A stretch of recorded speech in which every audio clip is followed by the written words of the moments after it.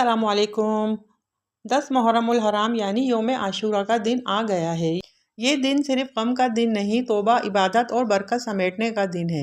खबरदार, इस दिन ये 3 काम लाजमी कर लें। सहाबाए कराम और बुजुर्गान दीन ने इनकी बहुत फजीलत बयान की है। नंबर 2 वाला काम तो 5 मिनट का है, लेकिन इसका अजर बेहिसाब है।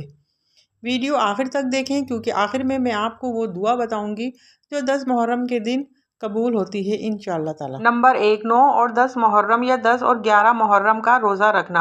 नबी करीम सल्लल्लाहु अलैहि वसल्लम ने फरमाया, मैं अल्लाह से उम्मीद रखता हूँ कि आशूरा का रोज़ा पिछले 1 साल के गुनाह मिटा देता है।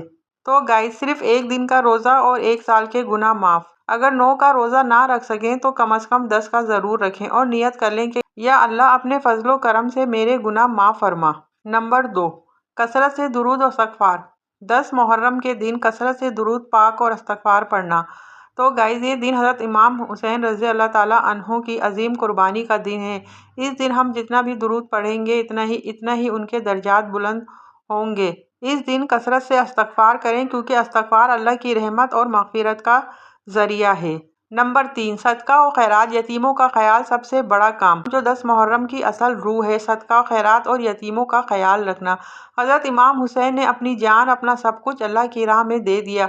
हम क्या दे सकते हैं? तो गाइस, आज के दिन 10 रुपये भी किसी गरीब को दे दो, यतीम बच्चे के सर पर हाथ फेर दो, अल्लाह उसका अजर 70 गुना कर देता है। घर में आप जो भी बना रही हैं, एक प्लेट निकाल के हमसाय या किसी ज़रूरतमंद को दे दें। यही नियाज का असल मतलब है, दिखावा नहीं है, खुलूस है। अल्लाह को दिखावा नहीं, इखलास चाहिए। और अगर आपके पास पैसे नहीं हैं तो क्या हुआ, एक मुस्कुराहट, एक दुआ या एक कलमा कि अल्लाह आपकी मुश्किल आसान करे, बोल दें तो ये भी सदका है। और आखिर में वो दुआ, ये दुआ कसरत से पढ़ें, अल्लाह बेहतरीन कारसाज है। तर्जुमा, हमारे लिए अल्लाह काफ़ी है, वो बेहतरीन कारसाज है, वो बेहतरीन मौला और बेहतरीन मददगार है।